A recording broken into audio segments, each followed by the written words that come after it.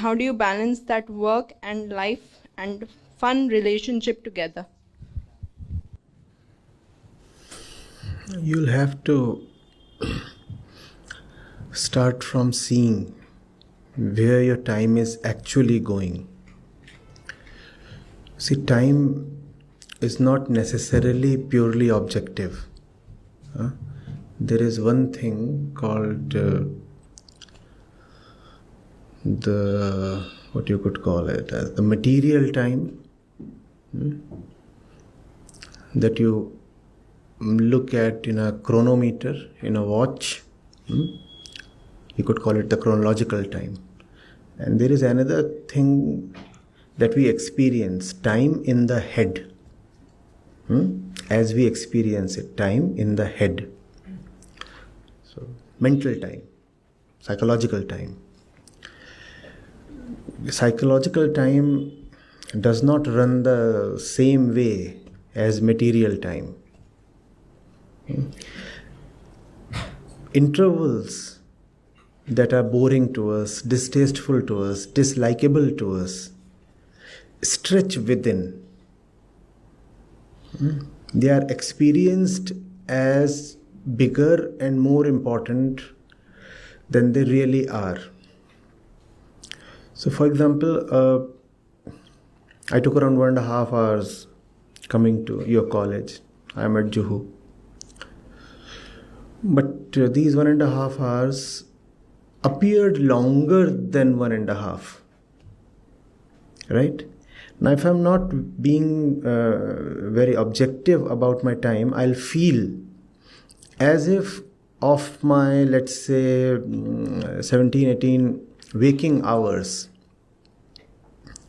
and the 14 odd hours that I have available for work, to and fro commute has taken away 6 hours. Whereas objectively, how much has been expended? 1.5 plus another 1.5. So that's just 3. But because the Mumbai traffic obviously is not something anybody can relish. Because you cannot relish it. Because every moment feels like a tax, a burden. So internally this expands to 6. And that's okay. That's okay to know that this time is not likable, so it is appearing longer. But it is a mistake when that internal appearance is transported to outer calculations. Internally it appeared like 6 hours. Now if I take that 6 hours as an objective figure, as a material reality, then I'll entitle myself to say, oh, I have all in all 14 hours available to myself in the day, and out of those 14 hours, 6 hours have been taken away by the commute.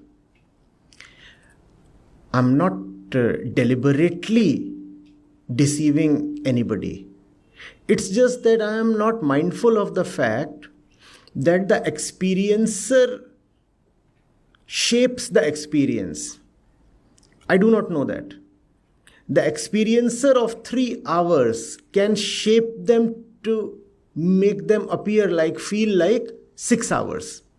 All that is within. The 6 hours are within, not here. Here there are only 3 hours. But the moment I say, oh, I lost 6 hours out of 14, I have entitled myself to feel like a sufferer or a victim. Not only that, I have licensed myself to say that a huge chunk, 40% of my time, is being needlessly spent on something, and I'm helpless in that regard because I can't change my commute time. So what do I do if my academic results are not that good, or if I do not get time for my co-curricular activities, or time for socializing, or time for sports, or time for entertainment, and so many other things that a young person wants to have in life. The thing is, we ought to be objective. We ought to know where it really is going. Are we keeping a record? Try keeping a record. Try seeing where it actually is going. And you might find that nobody is actually all that short of time. Time is there. It's just that when time is expended in activities that please us, we try to hide that time. Huh? Because it's our little joyful secret. I spent 1 hour doing something that is very pleasing, but at the same time, not productive at all, not useful at all. There is no creativity in that. There is just a very average kind of or low kind of pleasure in that. Will I admit to myself that 1 hour of my active time, waking time, is being taken away by that activity daily? No, I'll not admit that. So that one objectively will be reduced to 0 internally. And 3 hours of commute objectively will be blown up to 6 internally. So the calculations will go haywire. When you will put the numbers on the sheet, if you're not being objective, if you're just going by appearances and experiences, you will feel, oh my God, I'm just a victim. I'm a poor victim because I'm a Mumbai girl. And the traffic is so bad and the college timings, they are so oppressive. What do? I have no time for self-development, for co-curriculars, and I want to visit libraries, and I want to have a nice little walk on the beach in the evenings, and none of that is being possible. Because the entire system is just oppressing me. That's not really the case. If you will be honest, you will find that significant chunks of your time are being taken away by activities you do not even want to admit to yourself. All of us are involved in activities that simply, but silently, surreptitiously, gnaw at our time. Those things are not bold enough and open enough to just come and declare, yes, we are going to take away 2 hours of your daily schedule. They will not declare that. Because if they'll declare that, they will be caught. You'll say, oh, it's so bad. 2 hours spent every day gossiping, chatting, or scrolling reels. No, that's just too bad. So what will we do? We will act to ourselves. We'll pretend to ourselves as if that time does not exist at all. So those 2 objective hours will simply be marked as 0 within. No, that didn't happen. Yes, I went to bed at 11 because, I'm a student. I'm supposed to wake up like 6, 7 maximum. I have to reach the college at what time? 8 time? 8, 9? 8. So I'm supposed to wake up at 5:30 so that I can leave the home by 6:15 and be here in time. And how was I feeling in the commute? Drowsy, energyless, all sapped out, ready to fall over. The neighbor was trying to be extra careful. Anytime something can tumble over me.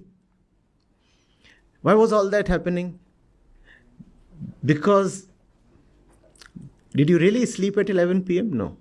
11 p.m. is when you declare to yourself that you have gone to bed. Till 1 a.m. in the night, it was Instagram. Is that not so? And I'm not saying that offhand. The usage statistics of social media among the youth very clearly bring out this aspect. Young people are most active on social media 2 hours before and 2 hours after midnight. 10 p.m. to 2 a.m. That's when young people are running about on social media. Why don't we talk about that traffic? There's a lot of traffic there. Why don't we talk about the traffic there? You know what happened? You'd have been in your school at that time and you wouldn't have had a phone available to you. When data first started becoming available, I'm talking of a situation 10 years back or something. These companies, they came up with plans. Not that data started becoming available in 2012. That was 20 years back. But I'm talking of the plans specifically. They came up with plans that made data cheaper between 9 p.m. and 3 a.m. And it worked for them. They also reduced the calling rates So now data is cheaper and calls are cheaper. And what are all the young people doing? And I do not really suppose that all that data is being consumed in self-development and gaining internal illumination. How do I say that? When I look at the pages, the profiles, the channels, all these things, the handles on social media, and I see which ones have the maximum followers, likes, retweets, comments, what do I find? What do I find? The worst quality ones have the maximum traffic. Pages and profiles and channels that ought to have been starved of any viewership are the ones frolicking in attention. They are literally inundated with viewership. And all that is happening between 10 p.m. and 2 a.m. That's where the youth of India is spending its time. First of all, your time is not going into something you'd want it to be devoted to. Secondly, you are empowering. I'm not talking about you, please. It's not. I'm talking about the youth of this country in general. Secondly, you are empowering all kinds of worthless and very mediocre people. And they are turning into your role models, your celebrities. It's a double jeopardy. That which deserves to command your attention is being starved of attention. And even viewership is a market. If you do not look at it, if you do not look at something, that thing in due course of time will cease to exist. You know how the social media engines operate. If something is not receiving viewer attention, it will no more come up in the search results or in the notifications or in the various other things. On the other hand, if something is getting popular, it will get more popular. It will be shown to more people. So figure out where your time is really going. There are things you can do nothing about. You or I cannot change the traffic situation in Mumbai, right? But there are things we can do something about. Let's rather talk of them. Otherwise, talking of immovables becomes a clever internal ploy to not move even the movable. Talking about the unchangeable becomes an excuse to not change even the changeable. Figure out where your time is. And if commuting takes so much time, use that constructively. I do not know whether the train or bus or personal thing you are using affords you that kind of convenience. But if you can read, read. If you cannot read, use earphones or headphone. Use audio files. That's the best use of. There have been people who have educated themselves in the course of their journeys. There have been people who have written beautiful books in the course of their hospitalization. So try to make the best use of whatever situation you are in. I do not know whether this satisfies you, but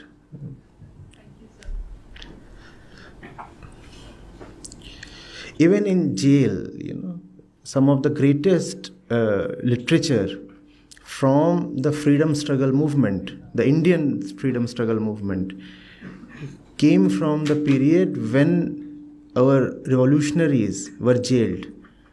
And you know what they said? They said this is really the only time when we are free to write. So thank you. Now that we are incarcerated here, there's nothing else to do, so we will write. and they wrote prolific volumes. So try to make best use.